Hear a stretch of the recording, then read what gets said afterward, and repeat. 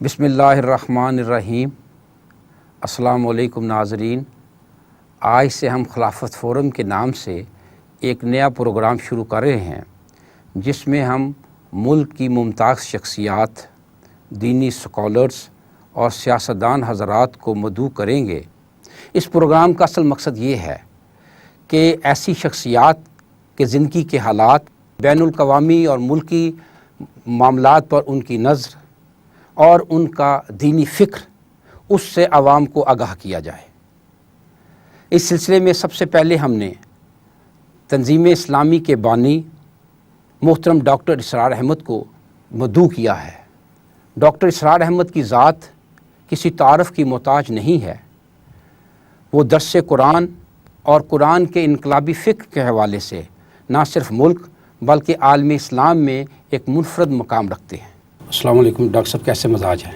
وعلیکم السلام ورحمۃ اللہ، اللہ کا شکر ہے ٹھیک ہوں۔ ڈاکٹر صاحب، آپ ذرا پہلے ہمارے ناظرین کو اپنی ابتدائی زندگی کے بارے میں کچھ بتا دیجیے۔ یہ سوال بہت آسان بھی ہے، بڑا مشکل بھی ہے، اس لیے کہ اس میں یہ طے کرنا کہ کتنی ڈیٹیلز میں جایا جائے یہ ذرا مشکل ہو جاتا ہے۔ میرا جو خاندانی پس منظر ہے وہ یہ ہے کہ میری والدہ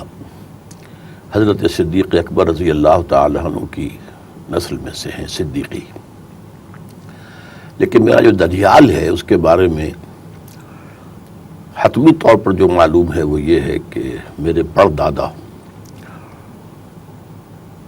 حافظ نور اللہ یہ رئیس تھے ایک قصبہ حسین پور جو کہ یو پی کے مغربی ضلع مظفر نگر کے اندر واقع ہے، اور ان کی جائیداد ضبط ہو گئی تھی 1857 کے بعد۔ اگرچہ انہوں نے اس غدر میں یا جنگ آزادی میں کوئی براہ راست ایکٹیو حصہ نہیں لیا تھا، لیکن ایک انگریز ڈپٹی کمشنر تھا جو مجروح ہو کر ان کے پاس پناہ مانگنے آیا تھا، انہوں نے پناہ نہیں دی تھی۔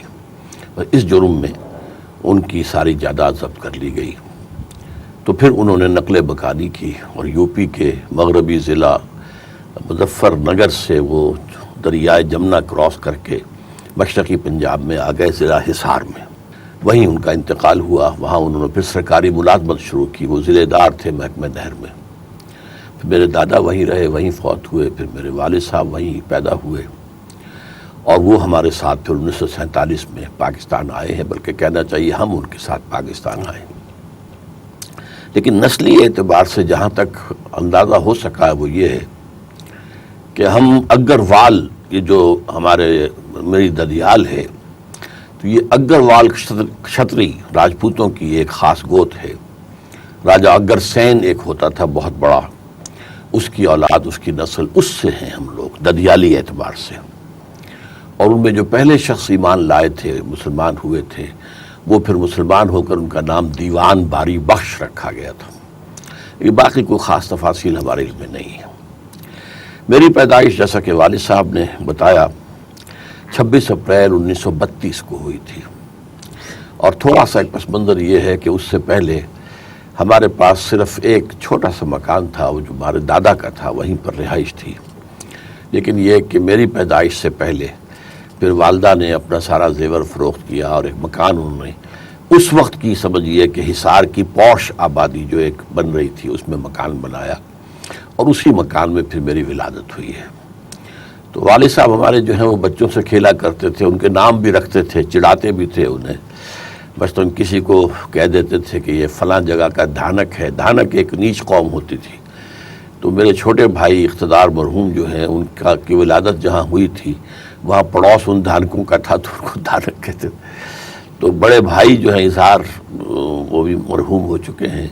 وہ ایک راجوں کے محلے میں پیدا ہوئے تھے، تو انہیں کہتے تھے یہ حصار کا راج ہے۔ تو میں چونکہ ریلوے، وہ جو نئی آبادی بنی تھی وہ ریلوے اسٹیشن کے ساتھ متصل تھی، تو میرا نام انہوں نے ریلوے کا بابو رکھا، اور یہ نام میرا فیملی نیم یہی رہا ہے، بابو بھائی، بابو بھائی سب نے کہا ہے۔ اب آ کر جو ہے ذرا اس کے اندر کوئی تکلفات ہونے لگے۔ بہرحال میں نے میٹرک وہیں سے کیا ہے 1947 میں، اور اس کے ضمن میں اگرچہ ہائی اسکول میں نے سرسے میں بھی کچھ دنوں اٹینڈ کیا، ہانسی میں بھی کیا، لیکن یہ کہ بیشتر وقت میرا گورنمنٹ ہائی اسکول حصار میں گزرا ہے۔ وہیں سے 1947 میں میٹرک کا امتحان دیا مارچ میں، اور 12 جولائی کو اس کا رزلٹ بھی آ گیا تھا، جس میں میں پورے ضلع میں بھی اول تھا، اور پوری پنجاب یونیورسٹی میں اس وقت امتحان یونیورسٹی کا ہوتا تھا، تو مسلمانوں میں 8ویں نمبر پر تھا۔ اچھا، میرا جو اس کے ساتھ جو ایک معاملہ چلا وہ یہ ہے کہ میں 5ویں جماعت کا طالب علم تھا، جبکہ میرے بڑے بھائی یہاں اسلامیہ کالج میں پڑھتے تھے، رواز ہاسٹل میں رہتے تھے۔ وہ چھٹیوں میں آئے تو میرے لیے تحفتاً بانگ درا لے آئے، اسے میں پڑھتا تھا ترنم کے ساتھ، وہ کچھ اللہ تعالیٰ نے خوش رحانی دی ہوئی تھی، کچھ سمجھتا تھا کچھ نہیں سمجھتا تھا، لیکن ترنم میں ٹھیک کر لیتا تھا۔ تو اس میں سے بعض چیزیں جو ہے میرے ذہن پر نقش ہو گئیں۔ ایک تو اقبال کے ہاں جو ایک پیغام تھا کہ مسلمانوں کی ایک نشت ثانیہ ہوگی اور مسلمان جو ہے دنیا میں پھر عروج حاصل کریں گے، یہ ذلت و خواری جو ہے، نکبت و افلاس ختم ہوگا، کتاب ملت بیضا کی پھر شیرازہ بندی ہے، یہ شاخ ہاشمی کرنے کو ہے پھر برگ و بر پیدا، یہ انداز جو ہے خاص طور پر بانگ درا کا جو انداز ہے اس میں جو اردو شاعری ہے، تو اس کا میرے ذہن پر میری یعنی بنیادی سطح جو ہے تحت الشعور کی، اس پر گہرا اثر قائم ہوا۔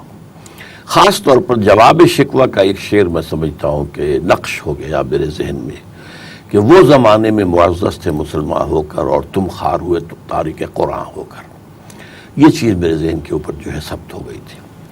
بہرحال میٹرک میں ہم نے عربی پڑھی تھی ایک مضمون کے اعتبار سے، تو گرامر وغیرہ جو ہے وہ عربی سی اس کی خاصی یعنی پختہ بنیادیں ہائی اسکول کے اندر قائم ہو گئی تھی۔ اس دوران میں وہ علامہ اقبال سے متاثر ہونے کی وجہ سے بھی، اور اس وقت جو ایک تحریک پاکستان چل رہی تھی تو اس کا ایک جذباتی جو انداز تھا، اس میں بھی اس میں یعنی ایک چھوٹے سے کارکن کی حیثیت سے شریک تھا۔ میں مسلم اسٹوڈنٹس فیڈریشن کے جو مسلم لیگ کا اسٹوڈنٹ ونگ تھا اس میں شامل تھا اور ایکٹیو تھا، اور ضلع حصار کی اسٹوڈنٹ فیڈریشن کا میں جنرل سیکریٹری تھا۔ لیکن اسی زمانے میں نے مولانا مودودی کے کچھ بنیادی کتابچے بھی پڑھے، مولانا ابوالکلام آزاد کے بھی کچھ مقالات پڑھے، تو میں ایک اس دوسرے فکر سے بھی واقف تو ہو گیا تھا، اور ایک حد تک میرے اندر اس کے لیے نرم گوشہ پیدا ہو چکا تھا، لیکن میں بالفعل کام کر رہا تھا تحریک پاکستان ہی میں اور مسلم اسٹوڈنٹ فیڈریشن کے پلیٹ فارم سے۔ یہاں میں ایک آپ سے سوال کروں گا کہ آپ نے جیسے فرمایا اقبال سے بھی آپ کا تعلق بچپن میں ہوا، اور مولانا مودودی کی بھی تحریریں آپ نے پڑھی اور آپ اس سے متاثر ہوئے، اور اسی وقت آپ ایم ایس ایف کے یا مسلم لیگ کا جو ونگ تھا اس کے بھی آپ عہدیدار تھے۔ اس وقت وہ ایسا وقت تھا جب مولانا مودودی مسلم لیگ پر اس کی قیادت پر شدید تنقید کر رہے تھے، تو آپ یہ دونوں چیزوں کو اکٹھا لے کر کیسے چلے؟ میں اصل میں اس طرح کرتا تھا کہ جب وہاں کوئی بحثیں ہوتی تھیں، ہمارے اسٹوڈنٹس فیڈریشن کے حلقے میں بعض لوگ جو بہت غالی قسم کے لیگی تھے وہ مولانا مودودی کو مولانا مردودی کہتے تھے، تو میں ان سے لڑتا تھا کہ کام غلط ہے، ان کی ایک رائے ہے، ان کی خیالات ہیں، اچھے خیالات ہیں، وہ اپنی جگہ ہے، ہمارا اختلاف ہے، ہم پاکستان کے لیے کام کر رہے ہیں۔ تو جماعت اسلامی کا وہاں ایک ہفتے وار اجتماع ہوتا تھا، اس میں درس قرآن ہوتا تھا، تو اس میں بھی میں ریگولرلی شریک ہوتا تھا۔ تو میرے نزدیک اس میں کوئی خاص تضاد نہیں تھا، ایک طریقہ کار اسلام کی نشرت ثانیہ کے لیے مولانا مودودی کا ایک طریقہ کار تھا انقلابی انداز کا، جس میں کہ قومی بنیاد پر نہیں بلکہ اصولی بنیاد پر ایک جماعت قائم کرنے کا پروگرام تھا۔ وہ لوگ جو اسلام کو خود اپنے اوپر نافذ کریں وہ جمع ہوں گے تو ان کی کوشش سے، جد و جہد سے اسلامی ریاست قائم ہوگی۔ 1940 میں مولانا مودودی نے وہ مقالہ پڑھا تھا علی گڑھ یونیورسٹی میں اسٹریچی ہال میں کہ اسلامی حکومت کیسے قائم ہوتی ہے، کہ یہ مسلم لیگ جو نعرہ لگا رہی ہے اسلام کو ہم قائم کریں گے، اسلام کو نافذ کریں گے، تو یہ اس طریقے سے قومی تحریک کے ذریعے سے یہ کام نہیں ہو سکتا، اس سے تو قومی ریاست وجود میں آئے گی۔ لیکن یہ کہ اس کے ساتھ ہی مسلمانوں کی ایک قومی کیفیت جو اس وقت تھی اور اس کے مستقبل کے تحفظ کے لحاظ سے محسوس ہوتا تھا کہ مسلم لیگ کا پروگرام جو ہے وہ یقیناً ایسا ہے کہ اس میں حصہ لیا جائے، تو مجھے کوئی تضاد محسوس نہیں ہوا تھا اس میں۔ ڈاکٹر صاحب 1951 میں پاکستان کے پہلے انتخابات ہوئے پنجاب میں،